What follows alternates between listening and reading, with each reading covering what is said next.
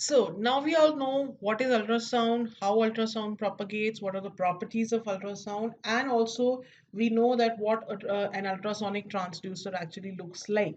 Okay, and how the ultrasound transducer works.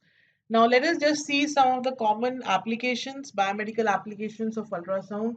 Of course, we know that ultrasound is being used for imaging purposes, that is for various parts, inner body parts. We try to take the images of the internal tissues, etc.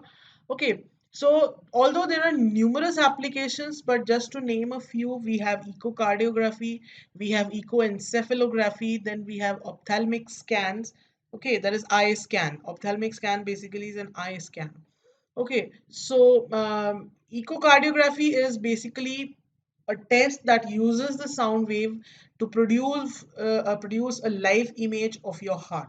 Okay, so movements of the walls or other structures can be displayed as a function of time. Like I was telling you in the earlier session, that when you design a transducer, you need to take into account that what area is actually to be measured. If you're having a simple abdominal scan, like we saw that we were having an image of the kidney. Now over there, the normal size of the transducer will work because we don't need very specified or a very concentrated beam of light. But if you're taking the echocardiography, that is, if you want a live image of the heart, your transducer has to be very well designed so that the beam can actually pass without this getting disrupted through the intercostal spaces. You can see in this figure over here that where you're putting the uh, transducer, the probe of the ultrasound, the size is so small that the wave that it is generating should actually pass through the space between the ribs, that is intercostal space. Only then it will be able to take the image of the heart. So this kind of a phenomena, that is echocardiography, this is very popular and very useful for detecting heart abnormalities. Another popular one that we hear when we talk of heart is ECG, that is electrocardiogram or electrocardiography.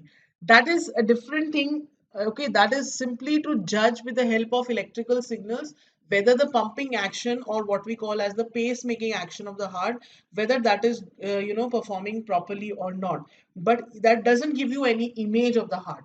Echocardiography actually gives you the image of the heart, where you can actually see live how the valves are moving. You can see the other structures, even the ones that are not moving. Okay, just like in abdominal scan you get the image of the inner tissues. Similarly, in echocardiography, you can get a live image of the heart, the functioning of the heart. Okay, and when we use in this, we obviously, because motion is to be seen, the valve movement is to be seen, so we use M scan mode over here.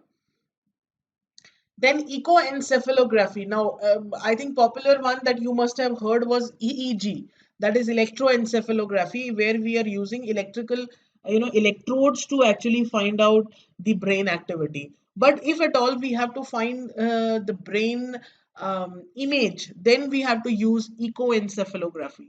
Okay, so this is actually, we put a probe on the scalp, that is whatever region of the brain that we want to see.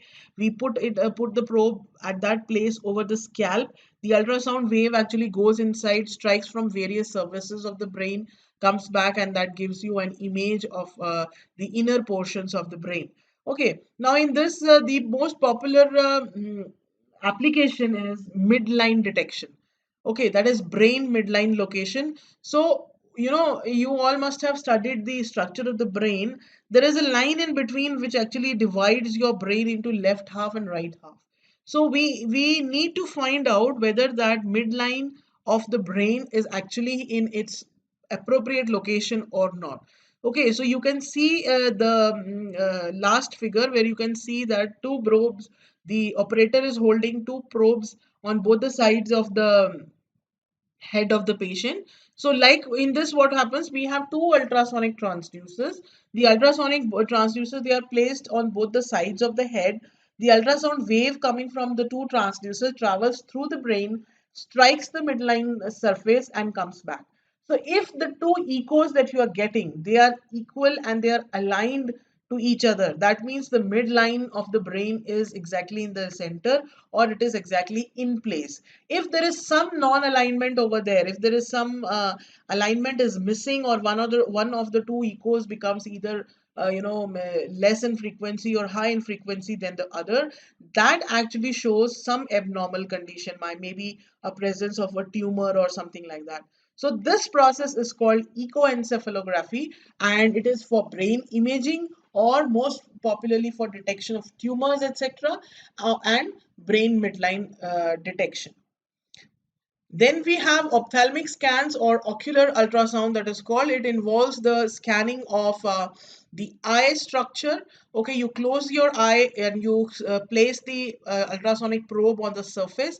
The ultrasound actually travels through various tissues, goes still inside, and then of course echo comes back. So it involves in the diagnostic scanning of the eye. Here, since we do not need any movements, so we use a B scan for two-dimensional image of your eye. Okay, transducer is directly placed over the patient's eye, and this is only means of detecting intraocular pathology in the presence of opaque media. Any other technique is actually not available for measuring the intraocular pathology. But intraocular pathology is to find out the presence of or the constitution of the various fluids, etc., that are present in the eye structure. So we can see that ultrasound, not just normal abdominal scans, but ultrasound is also very useful in such specified tasks like heart imaging, brain imaging, and imaging of the eyes.